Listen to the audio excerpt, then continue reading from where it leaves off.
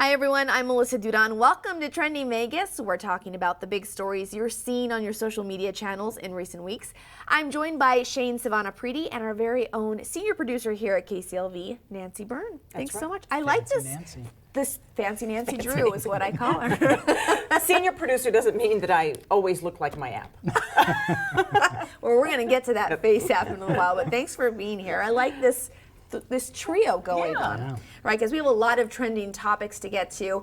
A lot of them centered around Southern Nevada. First up, what started off as a supposed joke to storm Area 51 has picked up a lot of momentum, and it has a ton of people worried, including myself. Here is this one from United Nuclear Bob. This is actually Bob Lazar. He says, I have to comment on this storm Area 51 thing. I do understand it was started as a joke by someone, but there are a number of people who are actually planning on showing up. This is a misguided idea. They had more than 1 million people wanting to do this, and I've heard it's grown even more. This Area 51 raid is turning into the fire festival we all deserve. Sponsors, musical performances, food trucks. And that is because people are actually booking hotel rooms. There's going to be vendors out there. This is a thing, guys. The memes coming out of this are awesome. This one, Area 51 memes, me and the aliens I busted out of Area 51 chilling after the raid. And then this guy says, I'm set up a merch stand just outside Area 51 for the raid. Might as well make some money off of these people's life's choices, right? Who wants to join me? And then we have this one. Anybody so stupid to storm a base, military or otherwise, I call it thinning the herd. That's only funny because, I mean, it's not funny. People, this is not good. No. There's no other way to say it. This is not a good idea, and I'm not sure. I don't know what people are expecting to find out at Area 51. I think they're expecting to find an alien. They're not there, guys. I'm just saying, right? Nancy, what are your thoughts on this? Well, right. I mean, way back when I worked at Channel 8, George Knapp actually organized a trip, and we all went out there and were chased away, and we meant no harm. It was a busload. Really? And we didn't actually get on the base, I don't believe, but we were still chased away. It's not good. It's considered protected by the military, and they'll do whatever they need to do to protect it. This is a military, like you said, you'll get shot, you'll get killed. What are you thinking?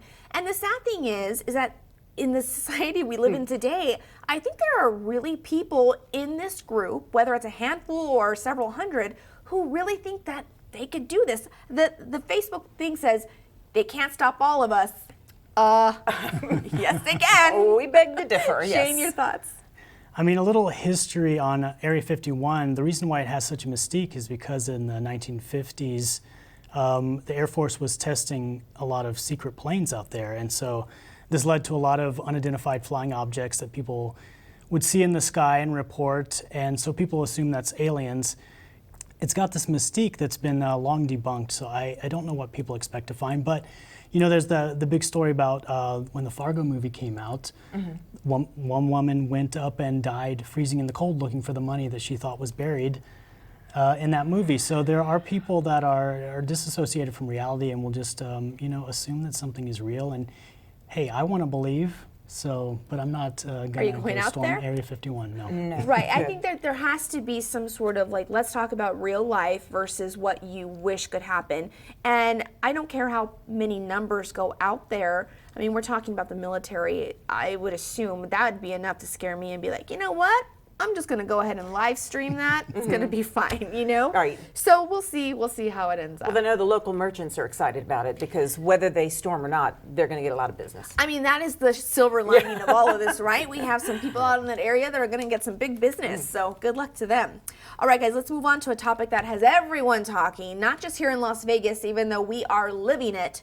That's right, I'm talking about the Grasshopper Invasion, and it is disgusting.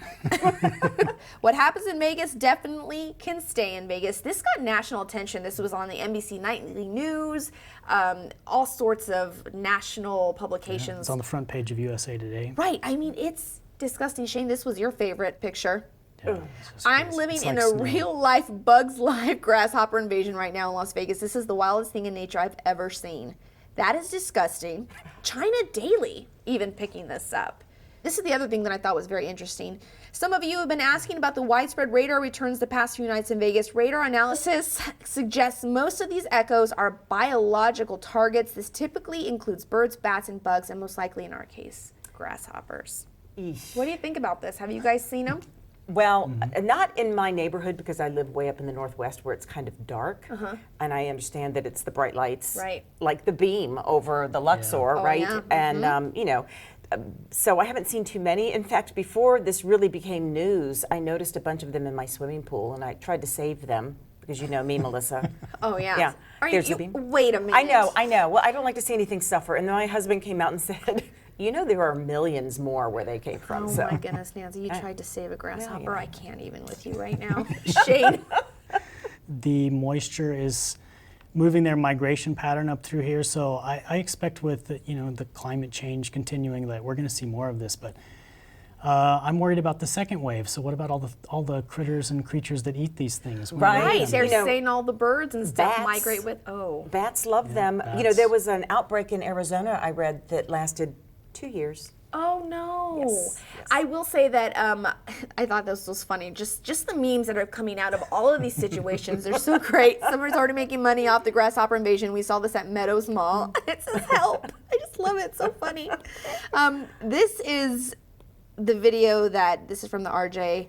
You can just see they're attracted to the lights, like you're saying. I actually went to the gym the other day and I was doing bear crawls on the floor for workout purposes, and there were grasshopper wings on the floor because people are bringing them in on their shoes, and it's disgusting. My dog tried to eat one the other day, and I guess it hopped around in his mouth. He spit it out, and the grasshopper just kept bouncing around. And so I just hope they go away. I just think it's interesting that this is what everyone's talking about. And there's really nothing that can be done about it. They're saying if you've got the bright LED lights on your house, to change them out to the more yellow, and that doesn't attract them as much. They don't recommend pesticides because they said in 24 hours they'll be replaced by Right. their cousins and brothers and sisters. That's nice. Hey, Shane, let me ask you, you guys, from a social media standpoint, when something is trending like this in your city, you have to jump on and figure out, and I know you guys posted a funny meme at the Las Vegas sign with some cartoon grasshoppers. Yeah. Anytime you can get on a trending conversation, you can really expand your reach, and we saw that with the previous topic with the Storm Area 51. You've got Bud Light making a special can. Arby's is having special food. So whenever brands can jump in on a conversation and try to insert themselves and make themselves relevant to that conversation, you can really expand your reach and amplify your message. And I think Nancy and I are going to make some grasshopper hats and I sell think them so. on You know, they do eBay. have a grasshopper cocktail that's made Right. with creme de menthe. Yeah. Anything? In Thailand, they have street vendors, and when you go and you get a bunch of deep fried grasshoppers. So this is a missed opportunity for food. Gourmet food. Yeah. Right Stick in- with the cocktail. right outside. Okay, guys, we're going to talk about a recent app that you've probably seen, the Face App Challenge. Now, this is the Face app that ages you decades and is honestly fun to play with, but people are warning it could be dangerous. Here's a few of examples. You can see the normal photo and then the age photo. I thought this one was funny. This is of Blake Shelton. Yeah, so, I mean, these are really good. And then this guy says, apparently I'm living in 2019 and everyone else is living in 2069. Here's an athlete who aged herself. Now, I thought this was interesting. I downloaded it and did it to myself. I will not be sharing that picture because Shane wouldn't share his Face App picture with me, so it's no game. Mine doesn't here. age. I made a deal Right. with the devil. Yeah. I have a picture There you go. upstairs, and it Yeah. ages for me. Yeah. So we're not going to show mine, but people, it's amazing. I don't want to say attacked on Facebook, but I got scolded about this is a Russian app and they're scanning your face and you just gave them permission. And I don't know if all that's true. Maybe Shane, you can enlighten us on that. But I will say that it did make me think twice. And I thought, what am I doing? I am giving someone access to scan my face. And now I went back to the app yesterday and it says, it asks you for permission. And it says, your photos will be stored in an iCloud app that stores XYZ. And I deleted and did not approve it. So it is a little bit of an eye-opener. Shane, what are you seeing? What can you tell us about this? The brouhaha started when there was a developer reading the user agreement, and it basically, you're granting them access to whatever photos you upload in perpetuity for whatever purposes they want. And it sounds really bad also because we have a lot of information leakage fatigue with the Equifax and the Russian, meddling in the election, and the Huawei Chinese, supposed spying chips that are being placed in certain servers.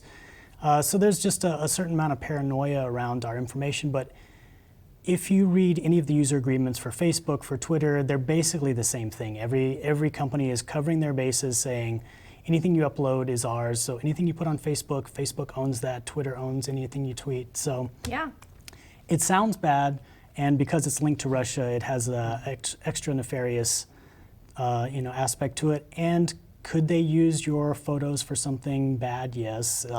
Take a drunk selfie in a bathing suit with an old face, and they could make that. They can make that their app icon, and you couldn't do anything about it. That's true.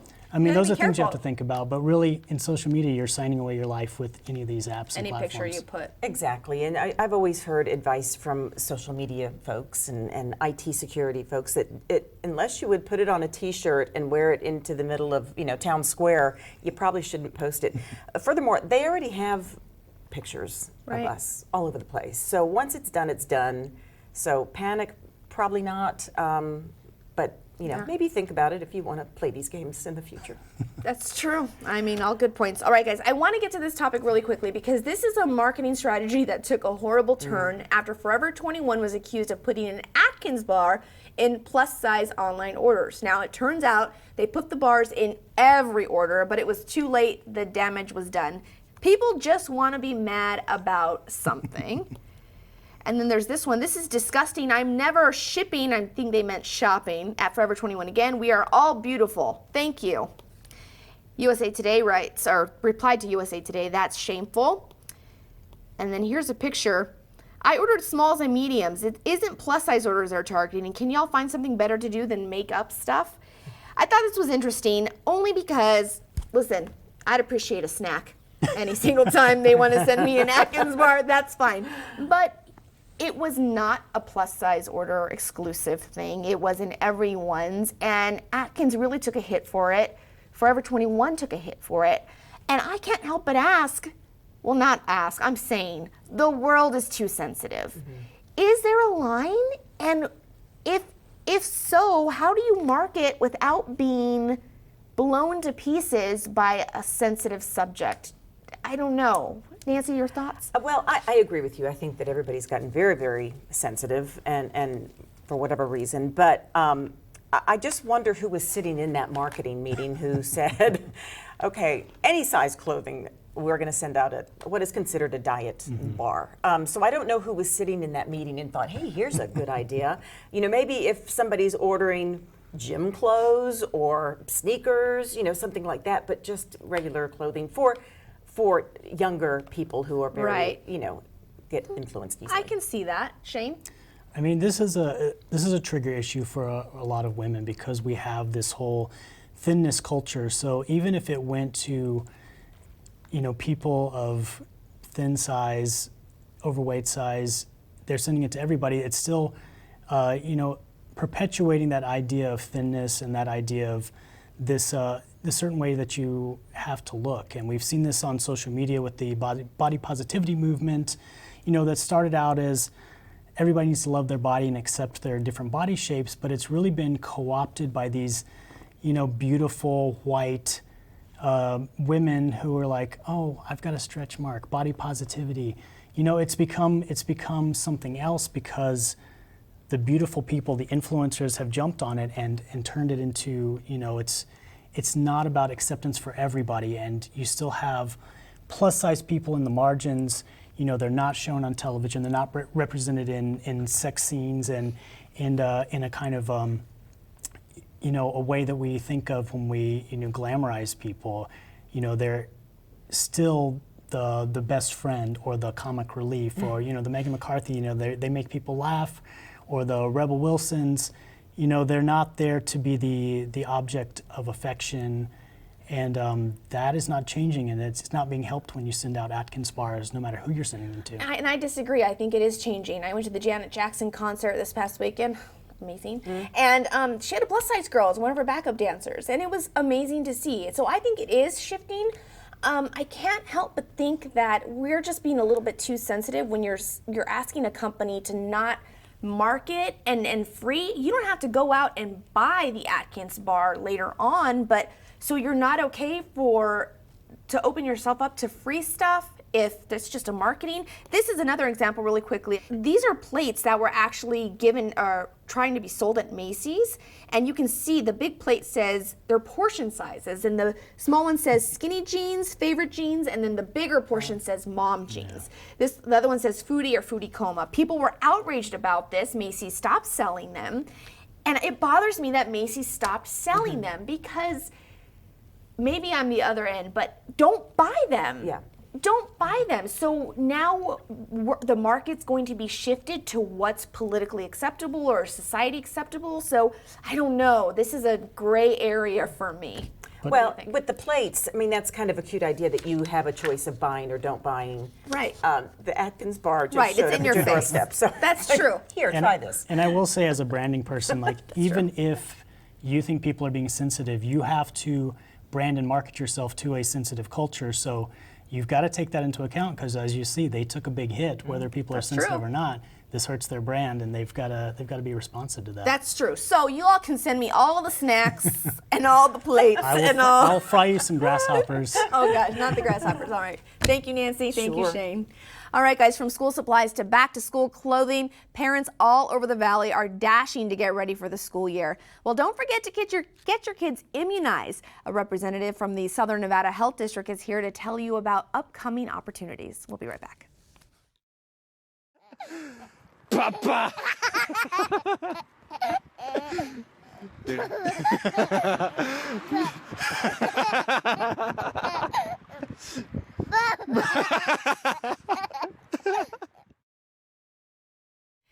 Welcome back, everyone. Well, have you checked your kids' shot records? Well, you might want to take a look before the school year starts to see if they are behind on anything. I'm joined by Joanne Rupiper from the Health District to talk about immunization clinics coming up. Thanks so much for joining us, Joanne. Well, you're welcome. Glad to be here. Now, this is your busy season, getting ready for the Absolutely. start of the school year. Yes.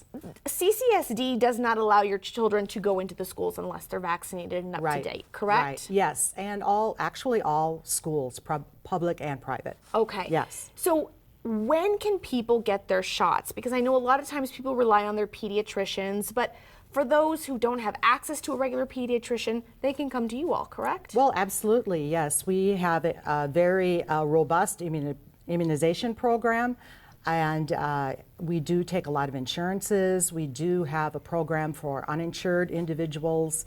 So yeah, we do a lot of vaccine. So you guys have some immunization clinics coming up before school starts. Yes. Can you talk to us about that? Sure. So our office at 280 South Decatur, we do vaccines Monday through Friday, 8 to 4:30. We also have a location on Nellis and Stewart. Okay. And we have a location in Mesquite, and we have a location in Henderson at Touro University. Oh, really? Yes. Okay, I'm thinking you're just at that South Decatur location. No, we have 4 locations. So is there a specific day you're urging people to come down, or is it just any day? Right, come as soon as you can. It's getting busier every day as we inch closer to the first day of school. So if you can come tomorrow or this week, it would be best. Now, really, most children are up to date with their immunizations as they attend school. What we're looking for is the 7th graders and the kindergartners. Okay. So the 7th graders need a Tdap vaccine, and they also need a meningococcal vaccine. Okay. So if your child hasn't had that in the last couple of years, they may need a booster. Okay, interesting. And the kindergartners. And the kindergartners. And I'm listening because I have a kindergartner. Okay, yes. So they need a booster of a DTaP, polio, MMR, and chickenpox. Typically, they do get their vaccines when they're about 4 to 6 years old. So they may have had them already, so you should check your child's record before you even look at coming down to see us. Okay, and I do have to say, I have checked my child's records. It's very easy to do so. Absolutely. On the website, you just type in their social security number and up it pops. Yes, absolutely. And it's called Nevada WebIZ.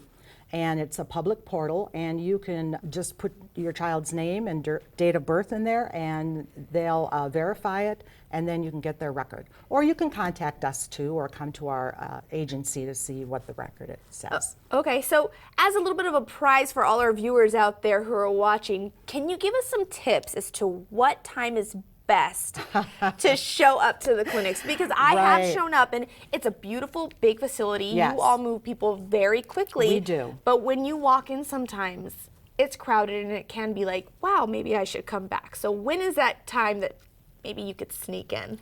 Well, tomorrow would be great. Okay. You know, like I said, every day it gets busier and busier. All right, so just get it done. A lot of people wait until the very last minute, Yes. and then you're going to be waiting significantly. Yes, it's very possible. You know, one of the things I wanted to ask you about is, you know, we're hearing all these stories about the measles popping up again in California, and I think it has some concerns for people because of our proximity. Right. What can you tell us about that outbreak? Is that something we're seeing here? Are we going to start to see it here? Right. What can you tell us? Well, actually, we do not have a measles outbreak here.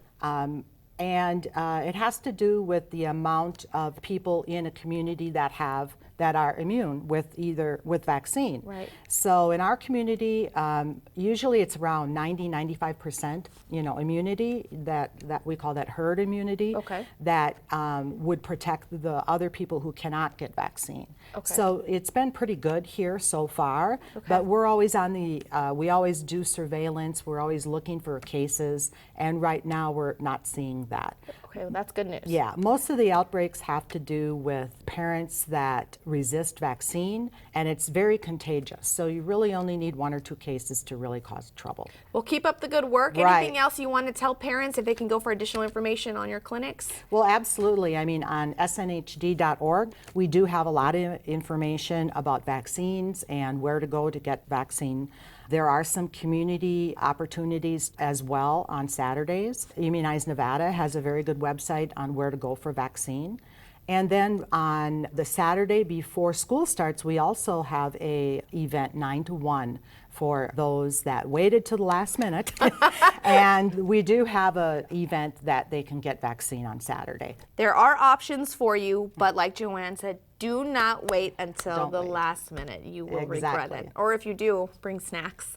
Yeah, exactly. Yes, yes. Okay, Joanne, thanks so much for joining us. No problem. Thank you. All right, guys, well, small business owners are about to get some boost to their business if they take advantage of an upcoming event. When we come back, we'll show you how you can do some big business with some big names here in town. We'll be right back.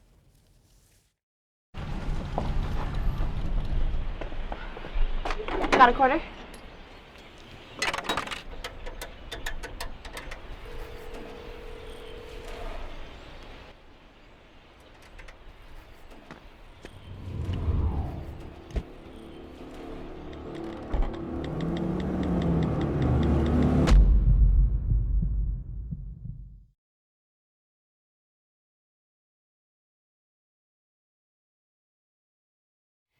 Welcome back, everyone. Landing government contracts or contracts with corporate agencies can be intimidating, but a free event coming up will show you how to do it. I'm joined now by Nikki Gumelo, who is here to tell us about this free community event you're having. Yes, we are so excited. It's called Committed to Our Business Community, and this is our 8th annual event. Right, I know you've been doing this for a while. I have, and I'm so glad to be the representative from City of Las Vegas that is on the team that organizes it.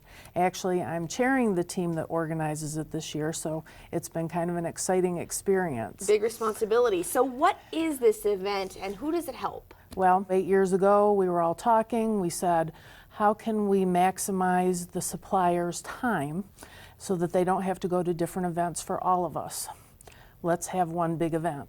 And when you're talking about suppliers, you're talking about, I mean, whether it be you're supplying batteries for a government agency or corporate agency or paper or whatever it may be, correct? Absolutely. We welcome all small Nevada businesses.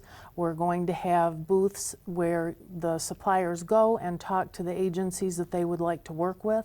We have government agencies, large corporations like MGM and Martin Harris, and then we also have business resources, companies that help small businesses with different types of things, accounting, legal, whatever they need. Some certifications, anything like that. Exactly. Now, it can be intimidating for a business owner starting out to kind of weave their way through this contract. How do I get this contract? How does it work? How do I bid?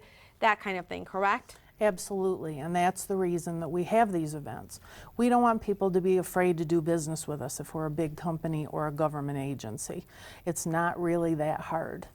So we have some educational sessions along with the expo where you can talk to all these decision makers. We have we call the power panel. Okay. And that has some large corporations giving advice on how small businesses can best do business with big companies. We also have a whole certification panel called Demystifying Certification, so people know what kind of requirements there are for them to meet in order to qualify for different kinds of certifications, and then what's the easiest way to go about getting them. I think there's a notion out there, maybe among small business owners, that, well, I mean, we're talking huge government entities, corporate agencies, they're not going to want to do business with the little guy. But that's not necessarily the case. It is not necessarily the case. I have a great story. We had a supplier who, way back at the beginning of this, would come and talk to us about promotional products. And you know, people tend to use the same people they like over and over again, but we managed to convince some of the agencies to give this company a try, including the city.